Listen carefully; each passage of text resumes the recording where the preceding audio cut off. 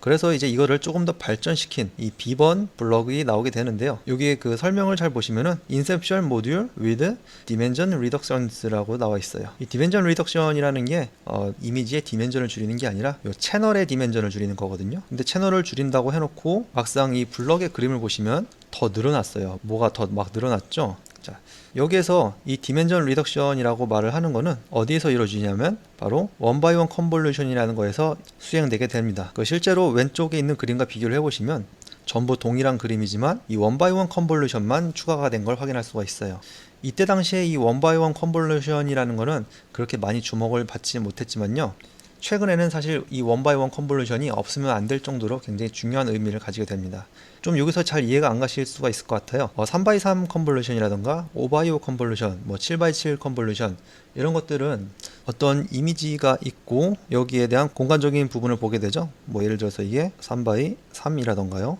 그런데 여러분들이 좀 이상하게 생각하실 것 같은 게 대체 이 원바이원 컨볼루션에서 뭘 한다라는 거지? 잘 이해가 안 갈 수도 있어요. 그냥 하나의 픽셀이잖아요. 우리가 일반적인 이미지로 생각을 하면은 이게 방금 제가 말한 대로 좀 말이 안 되는 개념 같아 보이지만요. 저희가 이 딥러닝을 할 때 이 원바이원 컨볼루션이 굉장히 중요하게 되는 이유가 지금 우리가 다루는 것은 사실상 이미지가 아니라 컨볼루션이 지나가고 난 어떤 피처 맵이라고 우리가 볼 수 있기 때문이에요. 왜냐하면 물론 이미지이긴 하지만 사실 뒤로 이렇게 채널이 엄청나게 뚱뚱해지기 마련이죠. 이거를 지금 제가 맨 위에 여기 192라고 썼으니까 이게 한 192개라고 해볼게요. 그리고 나서 여기서 원바이원 컨볼루션을 한다는 의미는 뭐가 되냐면 이 192개의 한 점에 대해서 그리고 전체 채널에 대해서 이 한 점에 대한 전체 채널을 보겠다는 얘기예요. 이렇게 그림이 썩 그렇긴 한데요. 그냥 그러려니 이해를 해주세요. 그럼 이것도 192가 되겠죠. 즉 다시 말해서 1x1 192개 1x1 192 채널을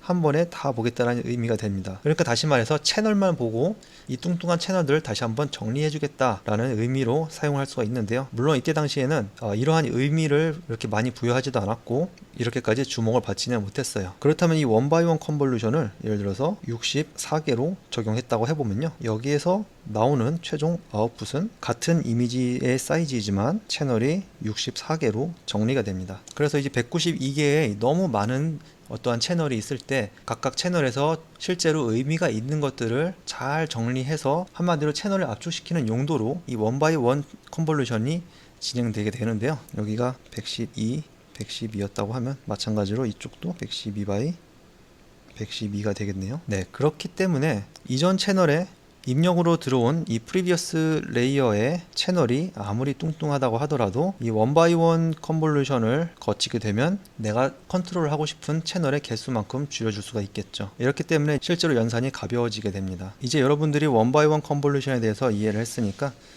나머지는 이 A블럭 나이브한 버전에서 크게 다르지가 않아요. 이전 레이어가 있으면 1x1 컨볼루션을 진행하고 또 3x3, 5x5를 진행하죠. 그리고 여기서 또 특이하게도 3x3 맥스 풀링을 진행을 하죠. 그리고 나 다시 1x1 컨볼루션을 진행하고요. 그리고 그냥 1x1 컨볼루션만 진행한 것도 있고요. 그러니까 예를 들어서 여기서 똑같이 112 by 112 by 64라는 어떠한 입력이 들어왔다고 하면요. 똑같이 32로 줄여줄 수도 있을 거고요. 그리고 여기서 1x1에서 먼저 여기도 한 32로 줄였다가 이 3x3에서는 다시 64로 늘려줄 수가 있을 거예요.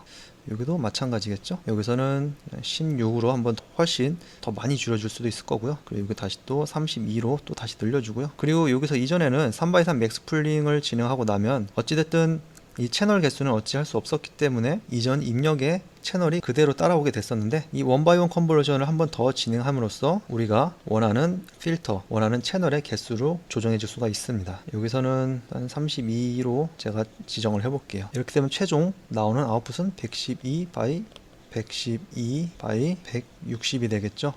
자, 그런데 여기서 한 가지 더 보셔야 될 게 필터 사이즈, 최종적으로 아웃풋에 나오는 필터 사이즈는 크게 줄은 것 같지는 않다라고 느끼실 수 있어도 숫자야 어차피 저희가 마음대로 바꾸면 되니까요. 그런데 여기서 중요한 거는 이전에 이 112 by 112 by 64와 3x3 또는 5x5 컨볼루션을 진행할 때는 이 64개 112 by 112 by 64를 3x3 컨볼루션으로 한 번에 진행을 했었어야 됐어요. 즉 그러니까 여기서는 실제로 컨볼루션이 3x 64로 진행을 했었어야 됐죠. 꽤 헤비한 편이에요. 그렇다면 당연히 5x5 컨볼루션에서도 5x5 64로 컨볼루션을 진행해 줬어야 됐는데요.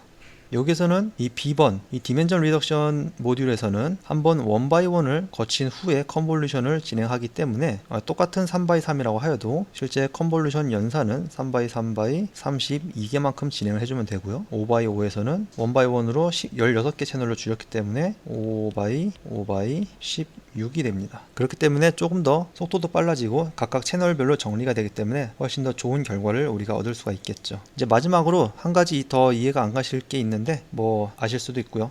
이쪽에 3x3 맥스 풀링입니다. 제가 분명히 입력으로 들어올 때와 출력으로 나올 때의 이미지 사이즈는 일단 변하지 않는다고 했는데, 그리고 맥스 풀링은 이미지 사이즈를 줄일 때 쓴다고 제가 얘기를 드렸던 적이 있을 것 같아요. 자, 근데 이 맥스 풀링도 컨볼루션과 마찬가지로 패딩을 세임으로 둘 수 있게 되는데요. 예를 들어서 어떠한 이미지가 있고 3x3 어떤 영역이 있고요. 이거에 대한 이 3x3에서 맥스 풀링 가장 큰 값이 되겠죠. 이 하나의 픽셀로 변화를 하게 됩니다. 어디서 되게 많이 들어본 컨셉이죠. 네, 그냥 컨볼루션에서 이미지 사이즈가 줄어드는 원리와 똑같죠. 대신에 기존의 맥스 풀링은 우리가 만약에 2x2 맥스 풀링을 하였다고 하면은 스트라이드 크기, 즉 그러니까 이 맥스 풀링을 하면서 이동하는 크기가 똑같이 2x2였어요. 즉 그러니까 지금 제가 표시한 위치에서 2x2 맥스 풀링을 진행했다면 그 바로 두 번째 칸으로 이동을 해서 또 맥스 풀링을 진행하고요. 또 그 다음 두 번째 칸으로 가서 맥스 풀링을 진행하고, 또 여기서 이제 가장 픽셀의